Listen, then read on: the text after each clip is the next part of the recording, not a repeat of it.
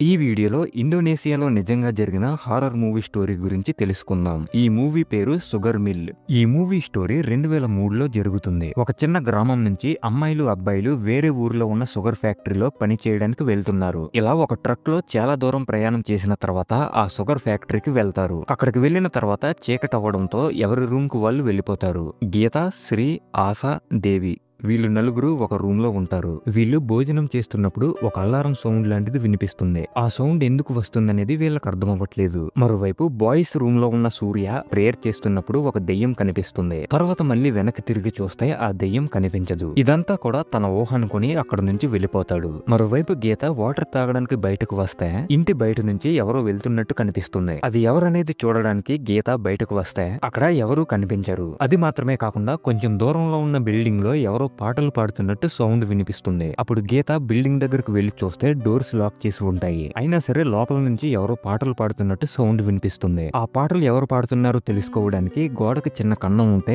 ఆ కన్నం లోపల నుంచి చూస్తుంది. అప్పుడు లోపల ఒక వ్యక్తి తోలుబొమ్మలాట ఆడుతుంటే మిగతా వాళ్ళు పాటలు పాడుతున్నారు. అదే టైంకి ఈమె వెనక ఎవరో ఉన్నట్టు అనిపిస్తే వెనక్కి తిరిగి మళ్ళీ ఇటువైపు తిరిగి చూస్తే లోపల ఉన్న వాళ్ళందరూ పాట పాడడం ఆపేసి ఈమెనే చూస్తున్నారు. వాళ్ళని చూసి భయపడిన గీత గోడపై నుంచి కింద పడిపోతుంది. ఆ తర్వాత ఈమె అక్కడ నుంచి వెళ్లిపోతుంటే ఒక పెద్ద సైతాన్ బిల్డింగ్ లోపల నుంచి వచ్చి ఈమెనే చూస్తుంది. కానీ గీత ఆ సైతాన్ని చూడలేదు. ఆ తర్వాత రోజు వీళ్ళు వర్క్ చేయడానికి షుగర్ ఫ్యాక్టరీకి వెళ్తే అక్కడ మీటింగ్ జరుగుతుంది. ఈమె షుగర్ ఫ్యాక్టరీకి మేనేజర్, అలాగే ఇతను సూపర్వైజర్. ఇప్పుడు మేనేజర్ అక్కడ పని చేయడానికి వచ్చిన వాళ్ళందరికీ ఒక ఇంపార్టెంట్ విషయం చెప్తుంది. అదేంటంటే రాత్రి 9 గంటలకి ఒక విజిల్ సౌండ్ వినిపిస్తుంది. ఆ సౌండ్ వినిపించినప్పటి నుంచి ఉదయం వరకు ఎవరు బయటకు రాకూడదని చెప్తుంది. అలాగే అమ్మాయిలని ఆఫీస్ వర్క్ చేయడానికి, అబ్బాయిలని చెరుకు నరికి లారీలో లోడ్ వేయడానికి వెళ్ళమని చెప్తుంది. అలా కొద్దిసేపటి తర్వాత సూర్య వాళ్ళ ఫ్రెండ్ మనోజ్ ఆ ఫ్యాక్టరీ గురించి ఒక విషయం చెప్తాడు. రాత్రి 9 దాటిన తర్వాత రూమ్ నుంచి బయటకు రాకూడదని మేనేజర్ ఎందుకు చెప్పిందంటే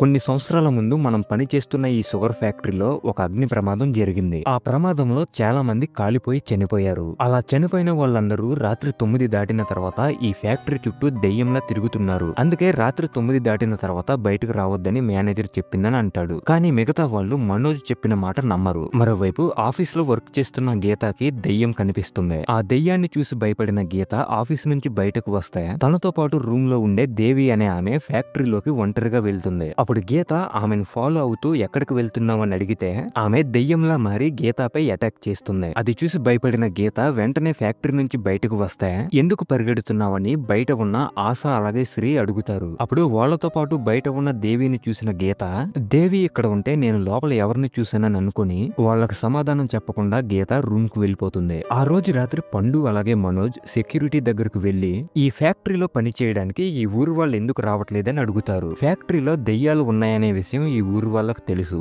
అందుకే ఇక్కడికి పని చేయడానికి రారు. ఇది మాత్రమే కాకుండా కొన్ని సంవత్సరాల ముందు ఈ ఫ్యాక్టరీ పక్కన ఒక మెంటల్ హాస్పిటల్ ఉండేది. ఆ హాస్పిటల్లో చనిపోయిన ఒక ఆమె ఇప్పటికీ ఈ ఫ్యాక్టరీలో దెయ్యంలా తిరుగుతుంది. ఆ దెయ్యానికి భయపడే ఈ ఊరు వాళ్ళు ఇక్కడ పని చేయడానికి రావట్లేదని చెప్తాడు. అప్పుడే టైం 9 అయిందని తెలుసుకుని పండు అలాగే మనోజ్ వాళ్ళ రూమ్ కు వెళ్లడానికి పరిగెడతారు. అలా రూమ్ దగ్గరకు వెళ్లిన తర్వాత పండు లోపలికి వెళ్లి డోర్ లాక్ చేస్తే బయట ఉన్న మనోజ్ కి కాలిపోయిన డెడ్ బాడీస్ లా ఉన్న దెయ్యాలు కనిపిస్తాయి. అప్పుడు పండు డోర్ ఓపెన్ చేస్తే మనోజ్ లోపలికి వెళ్లిపోతాడు. మరోవైపు అదే టైం కి అమ్మాయిలు ఉన్న రూమ్ ని చూపిస్తారు. ఆశ అనే అమ్మాయి వాష్రూమ్ లో ఉన్నప్పుడు అక్కడ ఉన్న లైట్ బ్లింక్ అవుతుంది. అది చూసి భయపడిన ఆశ బయటకు వెళ్దామని పైకి లేస్తే ఆమె వెనక కాలిపోయిన చాలా దెయ్యాలు ఉంటాయి. కానీ ఈమె ఆ దెయ్యాలను చూడదు. ఆ తర్వాత రోజు ఉదయం వీళ్ళందరూ వర్క్ చేయడానికి వెళ్లిపోతారు. అప్పుడు గీత ఎక్కువ ఫైల్స్ పట్టుకెళ్లడం చూసిన దేవి నేను ఆఫీస్ రూమ్ కి వెళ్తున్నాను, అక్కడ ఇవ్వాల్సిన ఫైల్ ఏమైనా ఉంటే నాకు ఇచ్చే, నేను అక్కడ ఇచ్చేస్తానని చెప్తుంది. అప్పుడు గీత ఆఫీస్ రూమ్ లో ఇవ్వాల్సిన ఫైల్ ని దేవికి ఇస్తే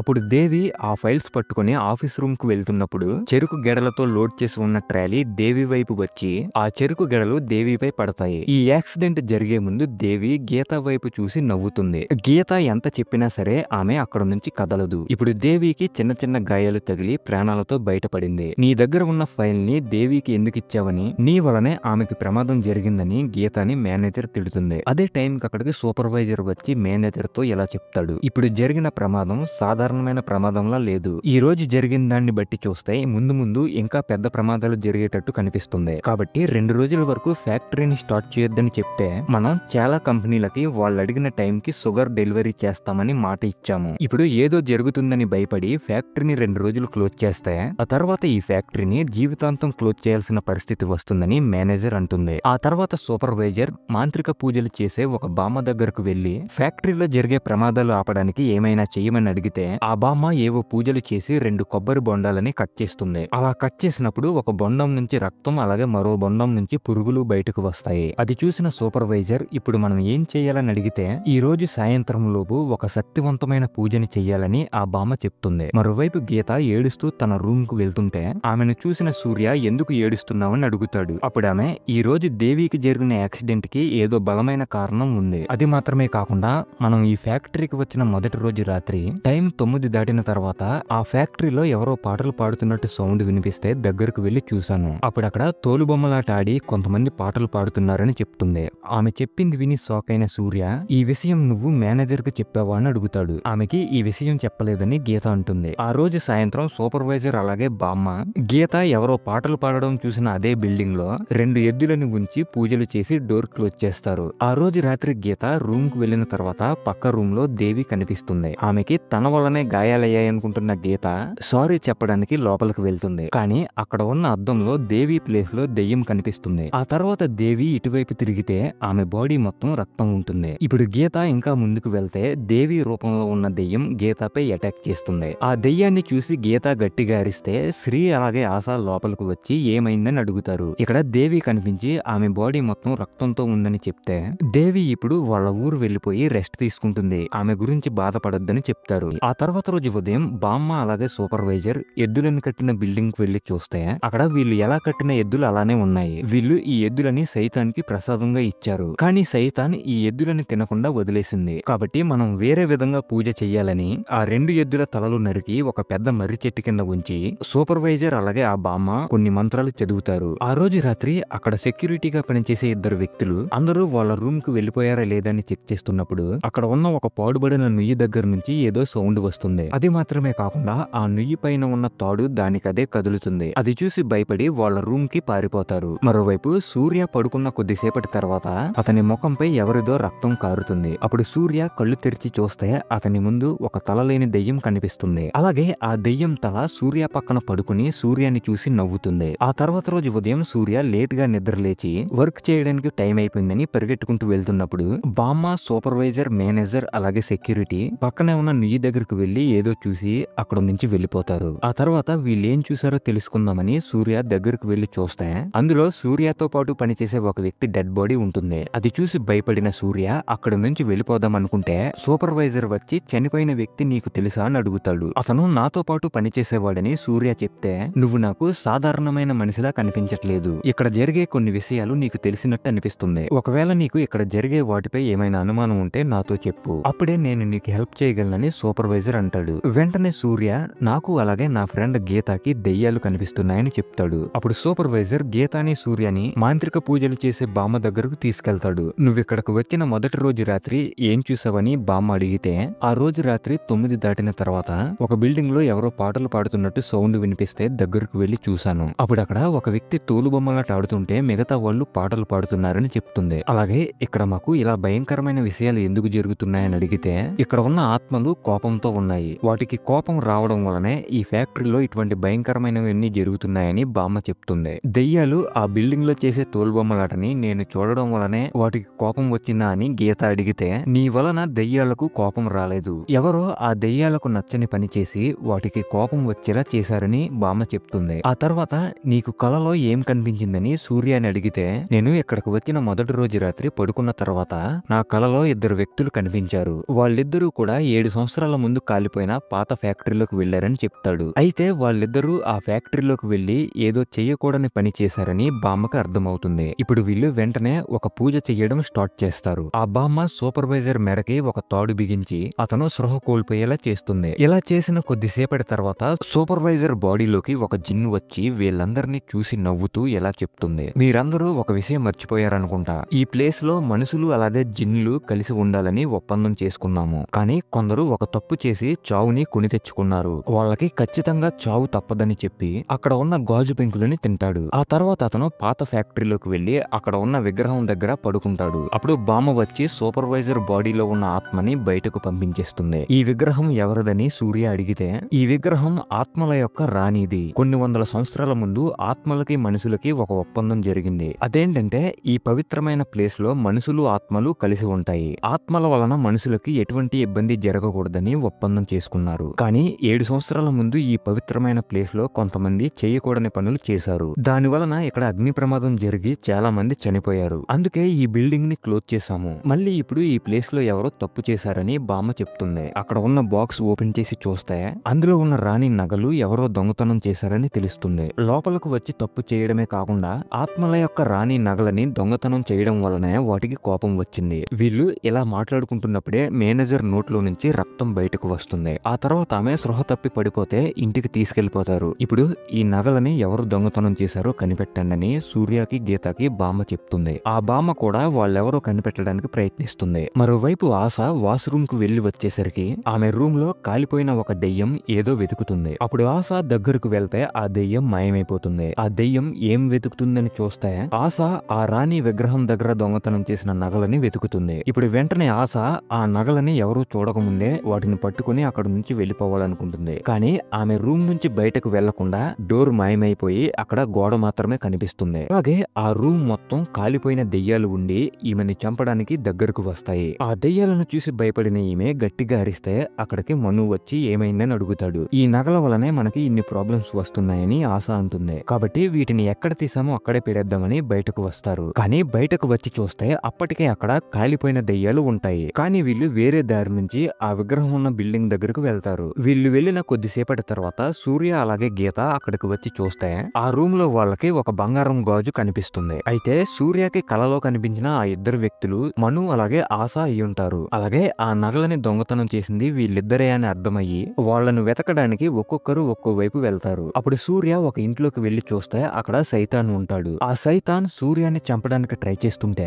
వెంటనే సూర్య కొన్ని మంత్రాలు చదివి ఆ సైతాన్ నుంచి తప్పించుకుంటాడు. అక్కడ నుంచి తప్పించుకొని బయటకు వెళ్తుంటే సూర్య చుట్టూ చాలా దెయ్యాలు ఉంటాయి. మరోవైపు పండుకి అతని ఫ్రెండ్ కి ఒక వ్యక్తి కనిపిస్తే అతనితో మాట్లాడడానికి ట్రై చేస్తారు. కానీ అతని ముఖం కనిపించదు. ఎందుకంటే అది దెయ్యం కాబట్టి. వెంటనే వీళ్ళు ఆ దెయ్యం నుంచి తప్పించుకోవడానికి పారిపోతారు. కానీ వీళ్ళకి మళ్ళీ ఇంకో దెయ్యం కనిపిస్తుంది. ఇప్పుడు వీళ్ళు ఆ దెయ్యాన్ని చూసి భయపడకుండా ఫ్రెండ్షిప్ చేయడానికి ట్రై చేస్తారు. అయితే ఆ దెయ్యం వీళ్ళపై అటాక్ చేయడానికి వస్తే వీళ్ళు అక్కడ నుంచి తప్పించుకోవడానికి ట్రై చేస్తారు. అదే టైం కి అక్కడికి సూర్య వస్తే ఆ దెయ్యం మాయమైపోతుంది. మరోవైపు మను అలాగే ఆశ నగలని తీసిన ప్లేస్ లో పెట్టడానికి పాత బిల్డింగ్ దగ్గరకు వెళ్తారు. ఆ నగలని తీసిన ప్లేస్ లో పెట్టినా సరే దెయ్యాలకి కోపం తగ్గినట్టు కనిపించట్లేదు. కాబట్టి ఆ రోజు రాత్రి మీరు ఇక్కడికి వచ్చి ఏం చేశారో నిజం చెప్పండి అని బామ్మ అడిగితే ఆ రోజు రాత్రి ఈ బిల్డింగ్ లో ఆశ నేను శారీరకంగా కలుసుకున్నామని మను చెప్తాడు. ఆ మాట విన్న శ్రీకి కోపం వస్తుంది. ఎందుకంటే మనుకి శ్రీకి ఇక్కడికి వచ్చే ముందే ఎంగేజ్మెంట్ అయ్యింది. అయినా సరే మను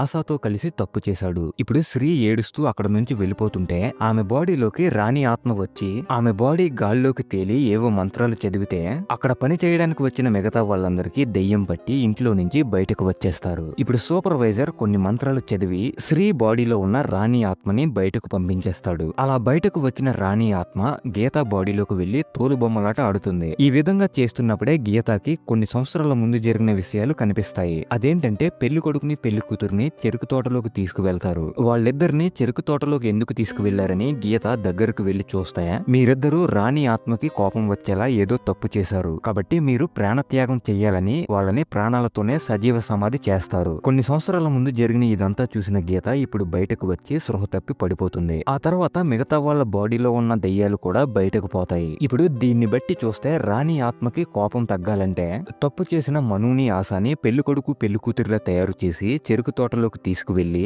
వాళ్ళని సజీవ సమాధి చేస్తేనే రాణి కోపం తగ్గుతుందని వీళ్ళకి అర్థమవుతుంది. ఒకవేళ వీళ్ళని సమాధి చేయకపోతే రాణి ఆత్మ మిగతా వాళ్ళందరినీ కూడా చంపేస్తుంది. కాబట్టి ఈ రోజు మీ ఇద్దరిని సజీవ సమాధి చేస్తామని మనుకి ఆశకి చెప్తారు. తర్వాత వాళ్ళిద్దరిని పెళ్లి కొడుకు పెళ్లి కూతురులా తయారు చేసి చెరుకు తోటలోకి తీసుకువెళ్లి సజీవ సమాధి చేస్తారు. కానీ ఇక్కడే ఒక ట్విస్ట్ ఉంటుంది. అదేంటంటే వాళ్ళు సమాధి చేసింది ఆశాని మనుని కాదు. సూపర్వైజర్ అలాగే బామ్మ వీళ్ళిద్దరిని కాపాడడానికి పెళ్లి కొడుకు పెళ్లి కూతురులా 2 బొమ్మలను తయారు చేసి ఆ బొమ్మలకి వీళ్ళిద్దరి రక్తాలను రాసి అలాగే ఆ బొమ్మలపై వీళ్ళ పేర్లు రాసి వాటిని సమాధి చేస్తారు. కానీ ఇదంతా కూడా ఆ రాణి ఆత్మకి తెలిసిపోతుంది. ఇప్పుడు ఆ రాణి ఆత్మ బామ్మ బాడీలోకి వచ్చి మీరు నన్ను ఎప్పటికీ మోసం చేయలేరు. మీరు ఇంటికి ఇంటికి వెళ్లి వాళ్ళిద్దరూ ఉన్నారో లేదో చూసుకోండి చెప్తుంది. ఇప్పుడు వీళ్ళందరూ కూడా పరిగెట్టుకుంటూ ఇంటికి వెళ్తారు. వీళ్ళందరూ ఇక్కడకు వచ్చే ముందు మనుని ఆశాని ఒక రూమ్ లో ఉంచి రాణి ఆత్మ వాళ్ళని చంపకుండా ఉండడానికి వాళ్ళిద్దరి చుట్టూ మంత్రించిన బియ్యం వేస్తారు. కానీ వీళ్ళందరూ ఇంటికి వచ్చి చూసేసరికి వాళ్ళు ఉన్న రూమ్ డోర్ క్లోజ్ అయ్యి వాళ్ళు గట్టిగా అరుస్తున్న సౌండ్ వినిపిస్తుంది. తర్వాత డోర్ ఓపెన్ చేసి చూస్తే